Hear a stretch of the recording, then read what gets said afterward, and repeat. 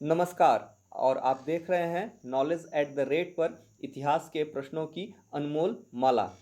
तो वीडियो को अंत तक देखें और यदि पहली बार आए हैं तो सब्सक्राइब कर लें और शेयर करें, लाइक करें। तो चलिए हम अब चलते हैं प्रश्नों की ओर। महत्वपूर्ण प्रश्नों की श्रृंखला का पहला प्रश्न है कि बिंबिसार का राजवैदिक कौन था? ए चरक, बी धन्वंतरी, सी जीवक या डी इनमें से कोई नहीं। राजवैदिक, वह भी बिंबिसार का। चरक, धन्वंतरी, जीवक या इनमें से कोई नहीं। तो इस प्रश्न का उत्तर होगा सी जीवक। अगला प्रश्न है बिंबिसार किस धर्म का अनुयायी था? ए जैन धर्म, बी भागवत धर्म, सी बौद्ध धर्म या डी इनमें से कोई नहीं। बिंबिसार जिस धर्म का अनुयायी था उसके बारे में बताना है। तो इसका सही उत्तर होगा सी बौद्ध धर्म। बिंबिसार बौद्ध धर्म का अनुयायी था। अगला प्रश्न जो है वह आपके लिए है कि निम्नलिखित में कौन एक मगध साम्राज्य की राजधानी नहीं रहा? ए गिरिब्रज, बी राजगिरी, सी पाटलिपुत्र या डी कौशाम्बी। मगध साम्राज्य 16 महाजनपद में सबसे शक्तिशाली। इसका सही उत्तर होगा डी कौशाम्बी। कौशाम्बी मगध साम्राज्य की राजधानी कभी भी नहीं रही। अगला प्रश्न जो है वह आपके लिए है मगध की प्रथम राजधानी कौन सी थी? ए पाटलिपुत्र, बी वैशाली, सी गिरिब्रज या राजगिरी या डी चंपा। कौन मगध की पहली राजधानी, प्रारंभिक राजधानी? इस प्रश्न का उत्तर होगा सी गिरिब्रज या राजगृह जो है मगध की प्रारंभिक या प्रथम राजधानी थी। अगला प्रश्न जो है आपके लिए है वह ईसाइयों का पवित्र ग्रंथ है। कौन? ए गीता, बी रामायण, सी बाइबिल या डी इनमें से कोई नहीं। ईसाइयों का पवित्र ग्रंथ गीता, रामायण या बाइबिल? तो इस प्रश्न का सही उत्तर होगा सी बाइबिल। बाइबिल जो है ईसाइयों का पवित्र ग्रंथ है। और आपके लिए आपकी स्क्रीन पर अगला प्रश्न है पटना में किस सिख गुरु का जन्म 1666 ईस्वी में हुआ था? ए गुरु नानक, बी गुरु तेग बहादुर, सी गुरु हरगोविंद या डी गुरु गोविंद सिंह। किसका? तो इसका सही उत्तर होगा डी गुरु गोविंद सिंह। गुरु गोविंद सिंह का जन्म 1666 ईस्वी में पटना साहिब में हुआ था। अगला प्रश्न जो है वह आपके लिए है कि किस सिख गुरु द्वारा सिखों का खालसा में रूपांतरण किया गया था? ए गुरु तेग बहादुर, बी गुरु अर्जुन, सी गुरु गोविंद सिंह या डी गुरु नानक देव। सिखों का खालसा में परिवर्तन, तो इसका उत्तर होगा सी गुरु गोविंद सिंह। गुरु गोविंद सिंह ने ही खालसा पंथ में सिखों को रूपांतरित किया था। अगला प्रश्न जो है वह आपकी स्क्रीन पर है सिकंदर किस देश का शासक था? ए फारस, बी क्रीट, सी मकदूनिया या डी कस्तुनतुनिया। सिकंदर किस देश का शासक था? इसका सही उत्तर होगा सी मकदूनिया। सिकंदर जो है मकदूनिया का शासक था। अगला प्रश्न आपके लिए है कि सिकंदर ने भारत पर कब हमला किया था? 323 ईस्वी पूर्व, 454 ईस्वी पूर्व, 326 ईस्वी पूर्व या 467 ईस्वी पूर्व? इस प्रश्न का सही उत्तर होगा सी 326 ईस्वी पूर्व में सिकंदर ने भारत पर आक्रमण किया था। अगला प्रश्न आपके लिए है कि सिकंदर का गुरु कौन था? ए प्लेटो, बी अरस्तु, सी सुकरात या डी इनमें से कोई नहीं। सिकंदर का गुरु कौन? तो इसका सही उत्तर होगा बी अरस्तु। अरस्तु जो है सिकंदर का गुरु था, जिसे प्यार से सिकंदर आलिम कहा करते थे। अगला प्रश्न, निम्नलिखित में से कौन सिकंदर महान का समकालीन था? ए बिंबिसार, बी चंद्रगुप्त मौर्य, सी अशोक, डी पुष्यमित्र शुंग। कौन समकालीन था यानी उसी समय था? सही उत्तर होगा बी चंद्रगुप्त मौर्य। चंद्रगुप्त मौर्य सिकंदर का समकालीन था और धनानंद भी सिकंदर का समकालीन था। अगला प्रश्न जो है वह आपके लिए है मेगास्थनीज ने भारतीय समाज को कितनी श्रेणियों में विभाजित किया? ए 4, बी 5, सी 6 या डी 7। मेगास्थनीज जिसने इंडिका नामक पुस्तक लिखी है। इसका सही उत्तर होगा इस प्रश्न का डी 7। भारतीय समाज को मेगास्थनीज ने 7 श्रेणियों में विभाजित किया था। अगला प्रश्न जो है वह आपके लिए सातवाहन वंश के शासकों की कार्यालयी भाषा थी। ए संस्कृत, बी तमिल, सी प्राकृत या डी मगधी। सातवाहनों की भाषा, तो इसका सही उत्तर होगा ए संस्कृत।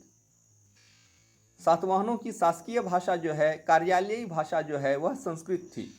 अगला प्रश्न आपके लिए आपकी स्क्रीन पर है। 78 ईस्वी में भारत सरकार द्वारा प्रयोग में आने वाला शक संवत किसने प्रारंभ किया था? ए कनिष्क, बी विक्रमादित्य, सी समुद्रगुप्त या डी अशोक। शक संवत की शुरुआत, सीधी सी बात, तो इसकी शुरुआत ए जो है कनिष्क ने की थी। 78 ईस्वी में कनिष्क ने की थी। अगला प्रश्न आपके लिए आपकी स्क्रीन पर है कि कनिष्क की प्रथम राजधानी कहाँ थी? ए पुरुषपुर या पेशावर, बी गांधार, सी पंजाब या डी उपर्युक्त में से कोई नहीं। कनिष्क की पहली राजधानी, तो इसका सही उत्तर होगा ए पुरुषपुर, जिसे अब पेशावर के नाम से जाना जाता है। अगला प्रश्न आपके लिए है आपकी स्क्रीन पर। चरक किस शासक के दरबार का एक महान चिकित्सक था जिसे आयुर्वेद का जनक भी कहा जाता है? ए कनिष्क, बी रुद्रदामन, सी डिमेट्रियस प्रथम या डी इनमें से कोई नहीं। चरक, तो इसका सही उत्तर होगा ए कनिष्क। कनिष्क का दरबारी चिकित्सक था। अगला प्रश्न आपके लिए जो है आपकी स्क्रीन पर, भारत का आइंस्टीन नाम से विख्यात है कौन? ए नागार्जुन, बी वेदव्यास, सी आर्यभट्ट या डी बराहमिहिर। कौन भारत का आइंस्टीन कहा जाता है? तो इसका सही उत्तर होगा ए नागार्जुन। नागार्जुन को भारत का आइंस्टीन कहा जाता है। अगला प्रश्न आपके लिए आपकी स्क्रीन पर। अजंता की गुफाएं निम्नलिखित में से किससे संबंधित हैं? ए रामायण, बी महाभारत, सी जातक कथाएं या डी पंचतंत्र की कहानियां। किससे? तो इसका सही उत्तर होगा सी जातक कथाएं। अजंता की गुफाएं जातक कथाओं से संबंधित है। अगला प्रश्न जो है वह आपके लिए, गुप्त वंश का प्रतीक चिन्ह क्या था? ए लक्ष्मी, बी बराह, सी गरुड़ या डी सांड। गुप्त वंश का प्रतीक चिन्ह, तो इसका सही उत्तर होगा सी गरुड़। गरुड़ जो है गुप्त वंश का प्रतीक चिन्ह था। अगला प्रश्न जो है वह आपके लिए है कि प्रसिद्ध चीनी यात्री फाहियान ने किसके शासनकाल में भारत की यात्रा की? चंद्रगुप्त प्रथम, चंद्रगुप्त द्वितीय, रामगुप्त या श्रीगुप्त। इसका सही उत्तर है बी चंद्रगुप्त द्वितीय। और आपके लिए आपकी स्क्रीन पर जो है अगला प्रश्न है कि अजंता की गुफा स्थित है? ए गुजरात, बी महाराष्ट्र, सी मध्य प्रदेश या डी राजस्थान। अजंता की गुफा, तो इस प्रश्न का उत्तर होगा बी महाराष्ट्र। महाराष्ट्र में अजंता की गुफा अवस्थित है। और अगला प्रश्न आपके लिए है, खजुराहो का मंदिर कहाँ पर है? ए छत्तीसगढ़, बी मध्य प्रदेश, सी उत्तर प्रदेश या डी राजस्थान। खजुराहो का मंदिर, इसका सही उत्तर होगा बी मध्य प्रदेश। खजुराहो का मंदिर मध्य प्रदेश में है, जिसे चंदेल राजाओं ने बनवाया है। अगला प्रश्न जो है वह आपके लिए है कि दशमलव प्रणाली एवं संख्या प्रणाली का आविष्कार किसने किया था? ए रामानुज, बी आर्यभट्ट, सी पतंजलि या डी कोई नहीं या अज्ञात। तो इसका सही उत्तर होगा बी आर्यभट्ट। आर्यभट्ट ने संख्या प्रणाली का आविष्कार किया, यानी कि शून्य का आविष्कार किया। अगला प्रश्न जो है वह है आपके लिए, गुप्तकालीन स्वर्ण सिक्के क्या कहलाते थे? ए दिनार, बी सहसा, सी ससंभ या डी रुपये का। तो इसका उत्तर होगा ए दिनार। दिनार जो है गुप्तकालीन सिक्का है स्वर्ण का। अगला प्रश्न जो है, वर्धन या पुष्यभूति वंश का संस्थापक कौन था? ए प्रभाकर वर्धन, बी पुष्यभूति, सी शशांक या डी इनमें से कोई नहीं। तो इस प्रश्न का सही उत्तर होगा बी पुष्यभूति। पुष्यभूति जो है पुष्यभूति वंश का संस्थापक था। अगला प्रश्न है, हर्षचरित के लेखक कौन है? ए कालिदास, बी हरिसेन, सी वानभट्ट या डी रविकीर्ति। हर्षचरित के लेखक, तो इस प्रश्न का उत्तर होगा सी वानभट्ट। वानभट्ट हर्षचरित के लेखक हैं, इनके द्वारा ही लिखा गया है हर्षचरित। अगला प्रश्न जो है वह है, निम्न में से कौन सही युग्म प्रदर्शित करता है? खजुराहो, चंदेल, मीनाक्षी मंदिर, पल्लव, एलोरा, शक, महाबलीपुरम, राष्ट्रकूट। तो इसका सही उत्तर होगा ए खजुराहो, चंदेल। यह सही विकल्प है, बाकी सारे गलत हैं। अगला प्रश्न है कि महाबलीपुरम के मंदिर किन राजाओं ने बनवाए थे? ए चोल, बी पल्लव, सी पांड्य या डी इनमें से कोई नहीं। तो इसका सही उत्तर होगा बी पल्लव। पल्लव शासकों ने महाबलीपुरम के मंदिर का निर्माण करवाया था। अगला प्रश्न जो है वह आपके लिए है कि राष्ट्रकूट वंश की राजधानी थी? ए कांचीपुरम, बी मान्यखेट, सी कल्याण या डी इनमें से कोई नहीं। राष्ट्रकूट वंश की राजधानी, इसका सही उत्तर होगा बी मान्यखेड़ या मान्यखेत जो है राष्ट्रकूट वंश की राजधानी थी।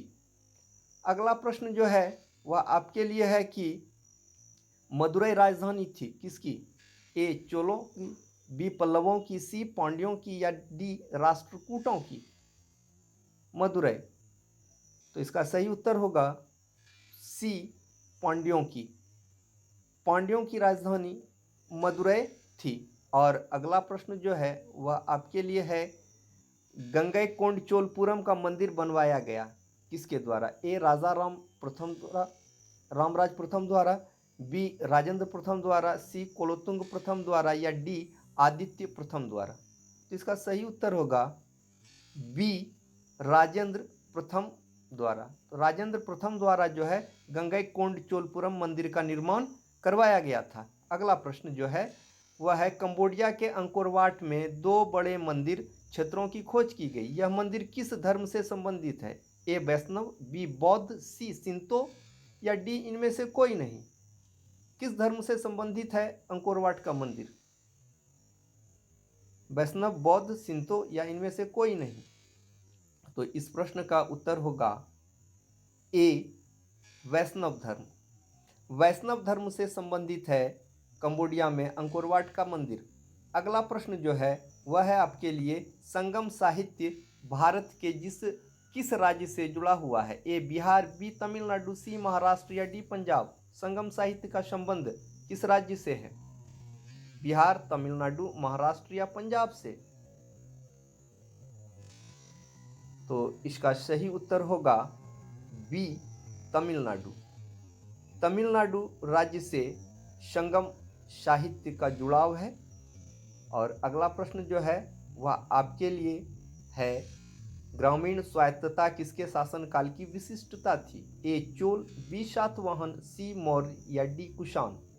ग्रामीण स्वायत्तता यानी कि स्थानीय स्वशासन की बात हो रही है। स्थानीय स्वशासन के लिए जाना जाता था कौन? चोल, सातवाहन, मौर्य या कुषाण। तो इसका सही उत्तर होगा ए चोल।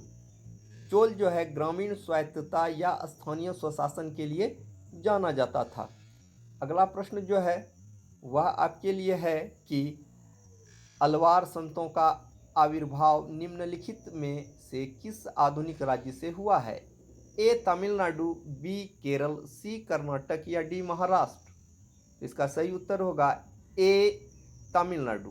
तमिलनाडु से जो है इसका जुड़ाव है, यहीं से अलवार संतों का आविर्भाव हुआ है।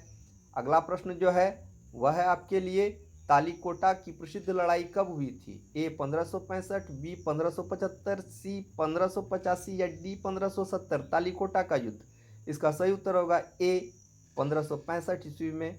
इसी युद्ध को राक्षस तंगड़ी का भी युद्ध कहा जाता है। अगला प्रश्न जो है वह आपके लिए है कि निम्नलिखित में से किस शासक ने विक्रमशिला विश्वविद्यालय की स्थापना की थी? ए गोपाल, बी देवपाल, सी महिपाल प्रथम या डी धर्मपाल। विक्रमशिला विश्वविद्यालय की स्थापना? इसका सही उत्तर होगा डी, धर्मपाल। धर्मपाल ने विक्रमशिला विश्वविद्यालय की स्थापना की थी। अगला प्रश्न जो है वह आपके लिए है, कृष्ण भक्त मीरा का विवाह किस राजवंश में हुआ था? ए मारवाड़, बी मेवाड़, सी मुगल या डी इनमें से कोई नहीं? तो इसका सही उत्तर होगा बी, मेवाड़। मेवाड़ के राजा से मीरा की शादी हुई थी। अगला प्रश्न जो है वह है आपके लिए, आपकी स्क्रीन पर तुजुक ए जहांगीरी जो फारसी भाषा में लिखी गई है आत्मकथा है का रचनाकार अबुल फजल फैजी जहांगीर या शेख मुबारक? तो इसका सही उत्तर होगा सी, जहांगीर। जहांगीर की आत्मकथा है जो फारसी भाषा में लिखी गई है। अगला प्रश्न जो है वह आपके लिए, मध्ययुगीन यात्री मार्को पोलो निम्नलिखित में से कहाँ से आया था? A Paris, B Venice, C Istanbul या डी ज्यूरिक? कहाँ से? तो इसका सही उत्तर होगा B, Venice. Marco Polo Venice से आया था। और आपकी स्क्रीन पर जो अगला प्रश्न है वह है, भारत में जजिया कर लगाने वाला पहला शासक कौन था? ए औरंगजेब, बी अलाउद्दीन खिलजी, सी मोहम्मद बिन कासिम या डी बलबन? जजिया कर जो गैर मुस्लिमों से लिया जाता था, यह धार्मिक कर था। इसका सही उत्तर होगा सी, मोहम्मद बिन कासिम। मोहम्मद बिन कासिम के द्वारा भारत में पहली बार जजिया कर लिया गया। अगला प्रश्न जो है वह है, अलबरूनी का पूरा नाम था? ए अबू रेहान मोहम्मद, बी अबू अब्दुल्ला, सी अली गुरशास्प या डी इनमें से कोई नहीं? अलबरूनी जो इतिहासकार भी थे। इसका सही उत्तर होगा सी, अली गुरशास्प। अली गुरशास्प जो है अलबरूनी का पूरा नाम था। अगला प्रश्न जो है आपके लिए है, मोहम्मद गजनवी का भारत में अंतिम आक्रमण किसके विरुद्ध था? ए तोमर, बी प्रतिहार, सी सोलंकी या डी जाट? गजनवी का अंतिम आक्रमण 1027 में किसके विरुद्ध था? तो इस प्रश्न का सही उत्तर होगा डी, जाट। जाटों पर गजनवी का अंतिम आक्रमण था भारत में। अगला प्रश्न जो है वह है, फिरदौसी एवं अलबरूनी किसके साथ भारत आया था? ए अकबर, बी महमूद गजनवी, सी सिकंदर लोदी या डी अलाउद्दीन खिलजी? फिरदौसी एवं अलबरूनी किसके साथ भारत आया था? इसका सही उत्तर होगा बी, महमूद गजनवी। महमूद गजनवी के साथ फिरदौसी और अलबरूनी भारत आया था। अगला प्रश्न आपके लिए है, महमूद गजनवी का दरबारी इतिहासकार कौन था? ए हसन निज़ामी, बी फिरदौसी, सी चंदबरदाई या डी उतवी? कौन? गजनी का या गजनवी का दरबारी इतिहासकार? इसका सही उत्तर होगा डी, उतवी। उतवी जो है महमूद गजनवी का दरबारी इतिहासकार था। अगला प्रश्न जो है वह आपके लिए है, सल्तनत काल में भू राजस्व का सर्वोच्च ग्रामीण अधिकारी था? ए मुकद्दम, बी मलिक, सी चौधरी या डी इनमें से कोई नहीं? सही उत्तर होगा इसका सी, चौधरी। चौधरी जो है सल्तनत काल में भू राजस्व का सर्वोच्च ग्रामीण अधिकारी था। अगला प्रश्न जो है वह आपके लिए है, रजिया सुल्तान को किस वर्ष गद्दी से हटाया गया था? ए 1236, बी 1238, सी 1240 या डी 1242? सही उत्तर होगा ए 1236 ईस्वी में रजिया सुल्तान जो भारत की पहली महिला शासिका थी। अगला प्रश्न जो है वह आपके लिए आपकी स्क्रीन पर है, अफ्रीकी यात्री इब्ने बतूता कहाँ से आया था? ए मोरक्को, बी फारस, सी तुर्की या डी मध्य एशिया से? इब्ने बतूता जो मोहम्मद बिन तुगलक के समय आया था, कहाँ से? मोरक्को, फारस, तुर्की या मध्य एशिया से? इसका सही उत्तर होगा ए, मोरक्को। मोरक्को से जो है इब्ने बतूता भारत आया था। और अगला प्रश्न जो है वह है आपके लिए आपकी स्क्रीन पर कि अलबरूनी की किताब उल हिंद किस भाषा में लिखी गई थी? ए अरबी, बी फारसी, सी उर्दू या डी तुर्की? इस प्रश्न का उत्तर देने के पहले आपसे गुजारिश करूंगा कि दोस्तों वीडियो कैसा लगा यह हमको कमेंट बॉक्स में भेजिएगा। और इसका सही उत्तर होगा ए, अरबी में। अरबी भाषा में जो है अल-बरूनी की किताब लिखी गई थी, किताबुल हिंद। और अगला प्रश्न जो है वह है मोहम्मद बिन तुगलक का वास्तविक नाम था। ए एतिमाद खां, बी जौना खां, सी जूना खां या डी मुजीब खां। दोस्तों यह वीडियो कैसा लगा यह कमेंट बॉक्स में लिखकर बताइएगा। और यदि पहली बार आए हैं तो चैनल को सब्सक्राइब कर लीजिएगा, लाइक करें और शेयर करें। तो प्रश्न है मोहम्मद बिन तुगलक का वास्तविक नाम। एतिमाद खां, जौना खां, जूना खां, मुजीब खां। तो इसका उत्तर होगा सी, जूना खां। जूना खां जो है मोहम्मद बिन तुगलक का वास्तविक नाम था। तो दोस्तों इस वीडियो में इतना ही। अगली वीडियो में फिर मिलते हैं, तब तक के लिए धन्यवाद।